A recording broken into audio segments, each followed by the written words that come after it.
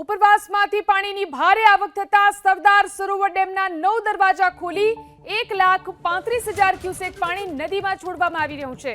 સરદાર સરોવર ડેમની જળસપાટી આ સિઝનમાં પહેલીવાર 135 મીટરને પાર પહોંચી છે। ઉપરવાસમાંથી સરદાર સરોવર ડેમમાં હાલ કુલ 2,66,120 ક્યુસેક પાણીની આવક થઈ રહી છે।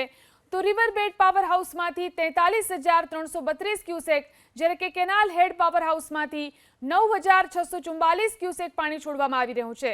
નર્મદા નદીના કિનારે આવેલા 25 ગામોમાં સાવચેતી અને તકેદારીના પગલાં લેવાયા છે।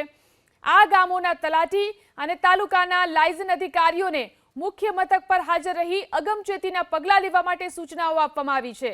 ડભોઈ તાલુકાના ચાંદોદ, કરનાળી અને નંદેરિયા, તો શિનોર તાલુકામાં અંબાલી, બરકાલ, દિવેર, માલસર, દરિયાપુરા, માલેથા, ઝાંઝડ, કંજેઠા, શિનોર, બાંડવા, સુરશામણ તથા કરજણ તાલુકામાં પુરા, આલમપુરા, રાજલી, લીલાઈપુરા, નાની કોરલ, મોટી કોરલ, જૂના સાયર, સાગરોલ, ઓઝ, સોમજ, દેલવાડા, અરજપુરા ગામોનો પણ તેમાં સમાવેશ થાય છે।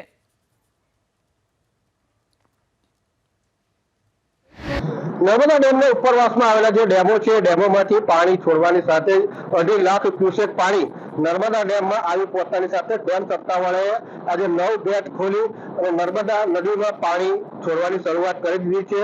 હાલ નર્મદા ડેમના 9 ગેટ ખોલી અને 1.5 લાખ ક્યુસેક પાણી નર્મદા ડેમમાં છોડાઈ રહ્યું છે।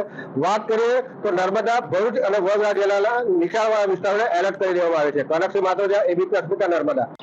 નર્મદા ડેમમાંથી આજે 1.5 લાખ ક્યુસેક પાણી છોડાતાની સાથે નર્મદા નદી બે કાંઠે વહેતી થઈ છે।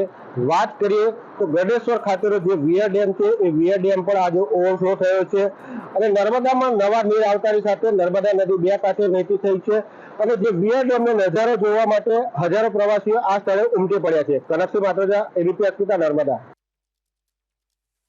અમે અહીંયા સ્ટેચ્યુ ઓફ યુનિટી જોવા આવ્યા હતા। બહુ જ સરસ જગ્યા છે, પણ સાથે સાથે અહીંયા ગરુડેશ્વર આવ્યા જ્યારે, તો વિયર ડેમને અત્યારે ઓવરફ્લો થયો છે, તો નર્મદા બે કાંઠે વહેતી જોઈને બહુ જ સુંદર દ્રશ્ય સર્જાયા છે। અમને લોકોને ખૂબ જ આનંદ આવ્યો। એક વખત તો આ જગ્યાએ જરૂર આવવું જ જોઈએ। એકચ્યુઅલી વિયર ડેમ જ્યારે ઓવરફ્લો થાય છે તો એટલું બધું સુંદર એટમોસ્ફિયર ક્રિએટ થાય છે।